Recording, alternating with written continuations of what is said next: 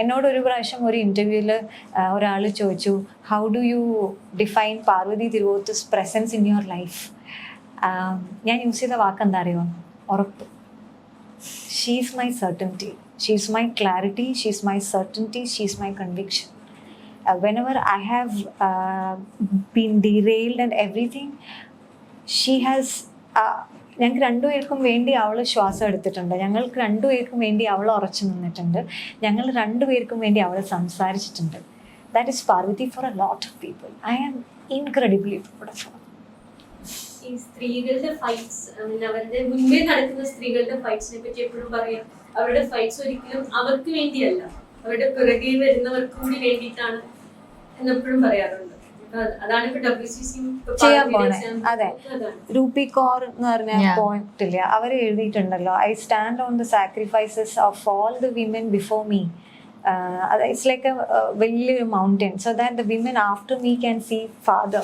Yeah, that's exactly what we are all doing, what we are all trying to do. Yeah, try, like just keep trying, just don't give up, just don't quit, just keep trying.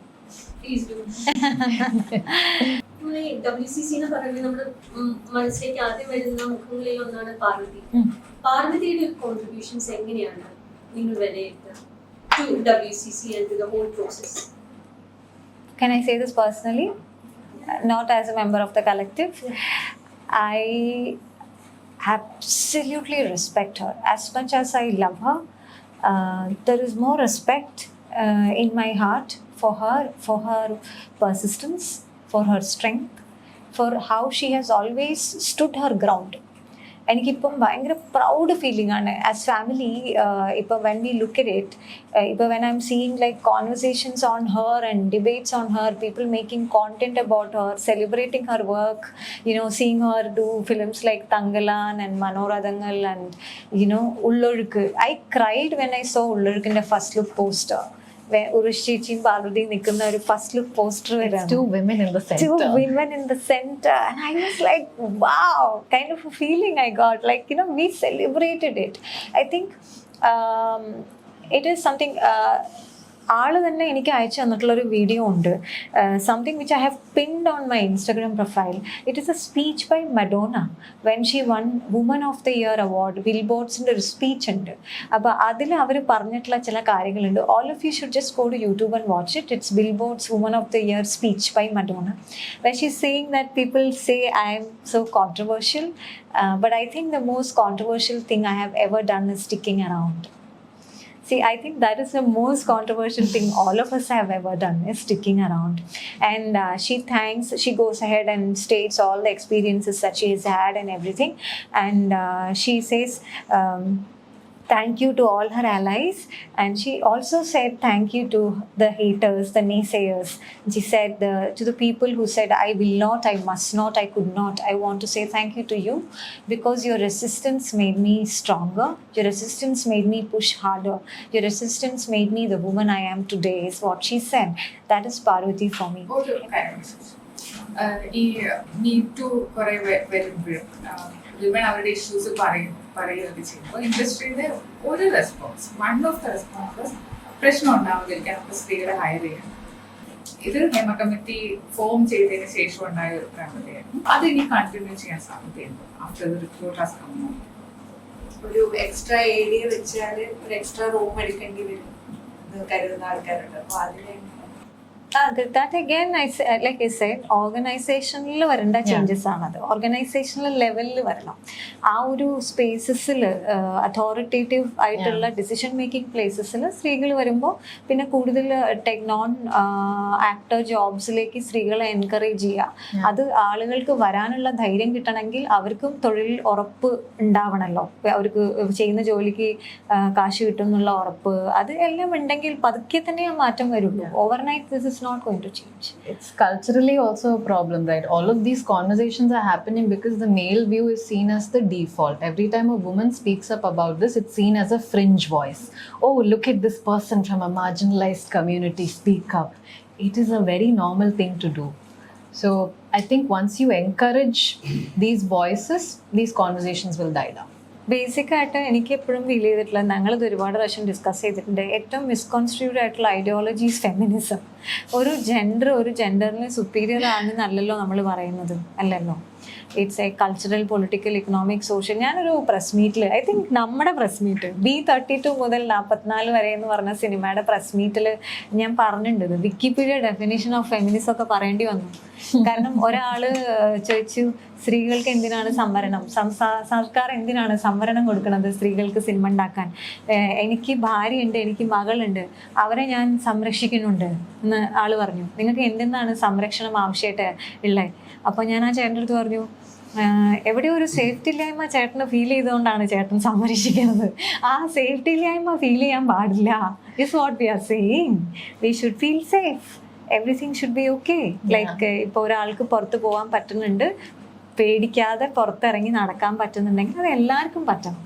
Already സിനിമയെ പറ്റി ജനങ്ങൾക്കുള്ള ഒരു perspective ഉണ്ട്. Cinema മേഖല സ്ത്രീകൾക്ക് അത്ര നല്ലതല്ല, പെൺകുട്ടികൾ പോയാൽ മോശമാണ്.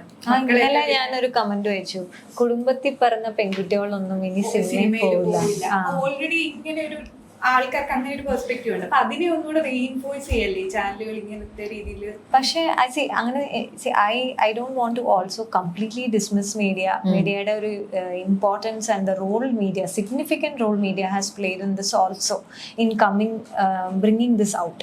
കാരണം കൺസിസ്റ്റൻ്റ്ലി മൂവ്മെൻറ്റിനെയും ഇങ്ങനത്തെ ജെൻഡർ ഇൻക്ലൂഷനെ കുറിച്ചും ഒക്കെ ചർച്ചകൾ നടത്തിയ ഹേമ കമ്മിറ്റി റിപ്പോർട്ട് വരാതിരിക്കുന്ന സമയത്തും ഒക്കെ കൺസിസ്റ്റൻ്റ്ലി ഇത് പെർസ്യൂ ചെയ്ത ഒരുപാട് നല്ല മീഡിയ ഹൗസസ് ഉണ്ട്, സ്പെസിഫിക് ജേർണലിസ്റ്റുകളുണ്ട്. So I also want to acknowledge them. പക്ഷേ ഒരു പ്രിഡോമിനൻറ്റ് കൾച്ചർ നമുക്കിപ്പോൾ ഓൺലൈൻ കൾച്ചറാണ് അത് കൂടുതലെന്ന് തോന്നുന്നു. ട്രഡീഷണൽ രീതിയിലേക്ക് നമ്മൾ പോകുമ്പോൾ റെസ്പോൺസിബിൾ ജേർണലിസം ചെയ്യുന്ന ആൾക്കാർ ഇപ്പോഴും ഉണ്ട്. So I don't want to അടക്കി പറയുന്നതിനോട് I don't want to say that, because that will be like gratitude ഇല്ലായ്മ ആയിരിക്കും അത്. ബിക്കോസ് ഒരുപാട് media has played a pivotal role in bringing this out also, because it kept the conversation alive, right? അപ്പോൾ അത് important ആണ്. പക്ഷേ like she said, ഒരു ചെയ്ത ആളുകളുടെ പേരുകൾ പറയുന്നത് നെയിമിങ് ആൻഡ് ഷെയ്മിങ് അല്ല നമുക്കിപ്പോൾ വേണ്ടത്. നമുക്ക് വേണ്ടത് സിസ്റ്റമിക് ചേഞ്ച് തന്നെയാണ്. നമ്മൾ സൊല്യൂഷൻ ഡ്രിവൺ ആയിട്ടുള്ള അപ്രോച്ച്, സൊല്യൂഷൻ ഡ്രിവൺ ആയിട്ടുള്ള കോൺവെർസേഷൻസിലേക്ക് ശ്രദ്ധ പോയി കഴിഞ്ഞാൽ കുറച്ചുകൂടെ ബെനിഫിഷ്യൽ ആയിരിക്കും. റെക്കമെൻഡേഷൻസിൽ ഒന്ന് പറയുന്നത് ജുഡീഷ്യൽ ട്രിബ്യൂണൽ വേണം, ICO ഉള്ളതിനേക്കാൾ കൂടുതൽ പ്രശ്നങ്ങൾ പരിഹരിക്കണം. ആ സജഷൻ എങ്ങനെയാണ് കാണുന്നത്? See, requirement to form an internal complaint committee is a law of the land. അതെന്തായാലും ഉണ്ടാവണം. ബാക്കി അതിനെ അഡീഷണലി അതിനെ എംപവർ ചെയ്യുന്ന, എൻഹാൻസ് ചെയ്യുന്ന എന്ത് സാധനമാണെങ്കിലും വെൽക്കമാണ്. പക്ഷേ ഇന്റേണൽ കംപ്ലയിൻറ്റ് കമ്മിറ്റി ഉണ്ടാവുന്നത് നല്ല തന്നെയാണ്. ഇന്റേണൽ കംപ്ലയിൻറ്റ് കമ്മിറ്റികൾ ഉണ്ടാവണം. ബിക്കോസ് എല്ലാ വർക്ക് പ്ലേസസിലും ഉണ്ടല്ലോ അത്. സിനിമയും ഒരു തൊഴിലിടം തന്നെയാണല്ലോ. സോ അവിടെ we don't have to exclude that. പിന്നെ ലൈക്ക് ഐ സെഡ്, നമ്മൾ ഇപ്പോൾ ആ റിപ്പോർട്ടിനെ മാത്രം നമ്മൾ 2024 ആ റിപ്പോർട്ട് ചർച്ച ചെയ്യുന്നത്. ആ റിപ്പോർട്ട് പഠിച്ച അതിൻ്റെ ഡേറ്റ കളക്ഷൻ പീരീഡ്, അത് സബ്മിറ്റ് ചെയ്ത period, after the submission of the report last 5 years വന്നിട്ടുള്ള ചേഞ്ചസ് എല്ലാം നമ്മൾ കൺസിഡർ ചെയ്യണം. So I think that's why precisely personally I felt that ഇപ്പോൾ നമ്മൾ കൊടുത്തിട്ടുള്ള cinema policy recommendations, shift focus study, അതുപോലെ there are a lot of institutions and organizations who have done gender studies ചെയ്തിട്ടുള്ള ഉണ്ടാവും. അപ്പോൾ ഒരു ഗവൺമെൻറ് ഇൻ്റർവെൻഷനോട് കൂടി അങ്ങനെ ഒരു പോളിസി, ഒരു സിനിമ പോളിസി വരുവാണ്, ഇന്ന സാധനങ്ങൾ വരണം എന്ന് പറഞ്ഞൊരു സിനിമ പോളിസി വരുവാണെങ്കിൽ അത് it will benefit everybody working in front of the camera and off the camera. Yes. Beyond Hema committee എന്തൊക്കെ ഇപ്പൊ ഹേമ കമ്മിറ്റിയിൽ കുറച്ച് സജഷൻസ് വന്നിട്ടുണ്ട്. ആഫ്റ്റർ യുവർ ഈ കഴിഞ്ഞ 5 വർഷത്തെ ചേഞ്ചും എക്സ്പീരിയൻസും ഇപ്പോഴത്തെ 2024 അവസ്ഥയെ വെച്ച് നോക്കുമ്പോൾ എന്തൊക്കെയാണ് പുതിയത്? I think one aspect is that whenever men call out fellow men, it becomes such a powerful statement and deterrent. And I remember when I joined a certain film, the director took me aside and told me, this is going to be a very important moment in your career, right? But I don't want you to feel like because of pay parity and all of that, I was being paid significantly lesser. But then I understood that this film even happened because of a certain actor involved, and he was the one who brought the idea forward, pitched it to producers. So the fact that I'm being paid less is not a testament of my lack of skills or anything. But compared to like the shoot days and all, I was paid quite well and fairly. But I think that helped me to understand the fact that a man took that conversation forward helped me. If he had just left it over there, in the imagination, I would have felt like, I'm being demeaned and unvalidated. So when men take that sort of step, it becomes very, very important. And I hope culturally that change starts happening and accelerating.